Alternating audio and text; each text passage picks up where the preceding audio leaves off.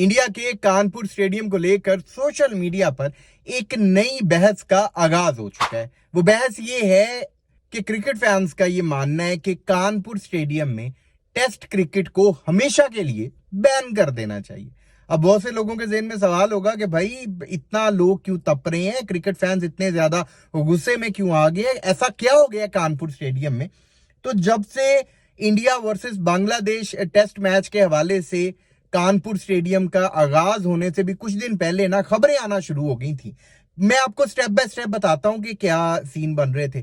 पहले तो ये सीन बना कि मैनेजमेंट की जानिब से कहा गया कि कानपुर स्टेडियम की जो सी ये वाली लॉबी है ना, इसमें आपने पूरी टिकट्स नहीं सेल करनी।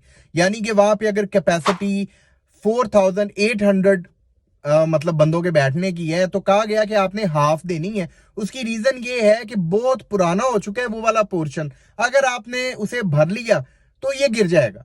मतलब बंदे आएंगे तो मैच देखने, लेकिन बेचारे हॉस्पिटल में जमा होंगे, किसी की टांग टूटी होगी, किसी की बाजू टूटी होगी, तो फिर आधी जो टिकट्स हैं वही सेल की गई। मेरे ख्याल में 1700 के करीब टिकट सेल की गई, हालांकि कैपेसिटी उसकी जैसे मैंने बताया 4800 थी। अच्छा, एक तो ये सीन हो गया। उसके बाद फिर वहां पर कुछ कम्युनिटी की जानिब से स्ट्राइक स्टार्ट होगी जनाब के बांग्लादेश में जो हिंदू कम्युनिटी के साथ हो रहा है, तो उस मामले में स्ट्राइक वगैरह हुई। पुलिस ने कोई 20 के करीब बंदों को अरेस्ट भी किया, यूपी पुलिस ने। एक तो ये मामला हो गया।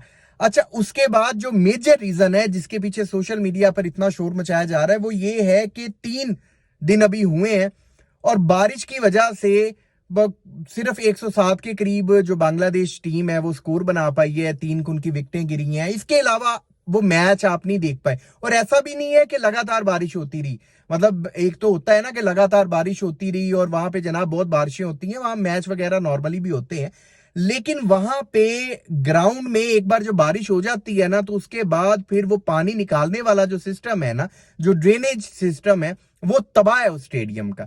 आपको यहीं से पता चल गया होगा कि भाई उन्होंने तो एक सेक्शन का कह दिया कि यहाँ पे सीटें पूरी ना करना, तो वहां पे कैसे इंतजाम होंगे, मतलब पानी निकालने का भी इंतजाम नहीं, जिसकी वजह से जो 3 दिन है वो तबाह हो गए, पीछे 2 दिन रह गए।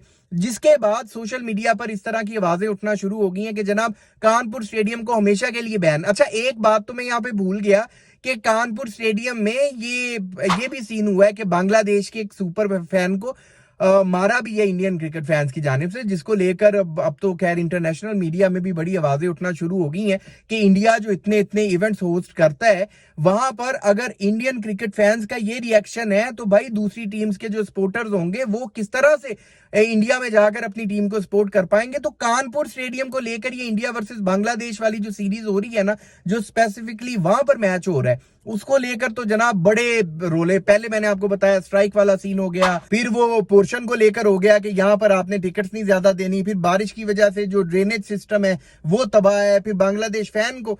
तो भाई ये सारी बातें मिक्स हुई हैं और अब इस तरह की बातें चल रही हैं कि कानपुर स्टेडियम में टेस्ट क्रिकेट के लिए एटलीस्ट इसे बैन कर देना चाहिए। बाकी आप दोस्त इस हवाले से अपनी क्या राय रखते हैं, कमेंट सेक्शन में अपनी कीमती राय जरूर दीजिएगा। आपके कमेंट्स का इंतजार रहेगा। अगर अभी तक आपने इस यूट्यूब चैनल को सब्सक्राइब नहीं किया तो लाजमी कर लें ताकि क्रिकेट से रिलेटेड अपडेट्स आप दोस्तों तक पहुंचती रहे। अपना बहुत ख्याल रखिएगा, दुआओं में याद रखिएगा।